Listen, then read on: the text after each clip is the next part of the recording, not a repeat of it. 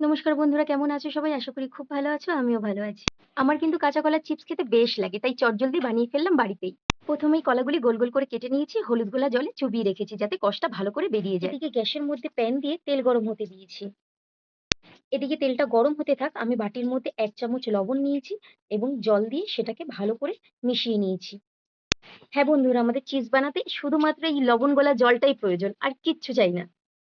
এবার কেটে রাখা কলাটা আমি একটা কাপড়ের মধ্যে তুলে নিয়েছি এবং উপর থেকে আরো একটা কাপড় দিয়ে ভালো করে জলগুলি চেপে চেপে মুছে নেব, যাতে কলার গায়ে একদম জল না থাকে। যেহেতু চটজলদি বানাচ্ছি তাই জন্য আমি এই ট্রিক্সটা ফলো করেছি। তোমাদের হাতে সময় থাকলে তোমরা একটু পাখার নিচেও রাখতে পারো। এদিকে আমি একটু দেখে নিচ্ছি তেলটা গরম হয়েছে কিনা ভালো করে। আমি ছোট একটু কলার টুকরো তেলের উপরে ছেড়ে দিলাম, তেলটা ভালোই গরম হয়ে গেছে। এবার আমি খানিকটা তেলের উপরে কলাগুলি দিয়ে দেবো।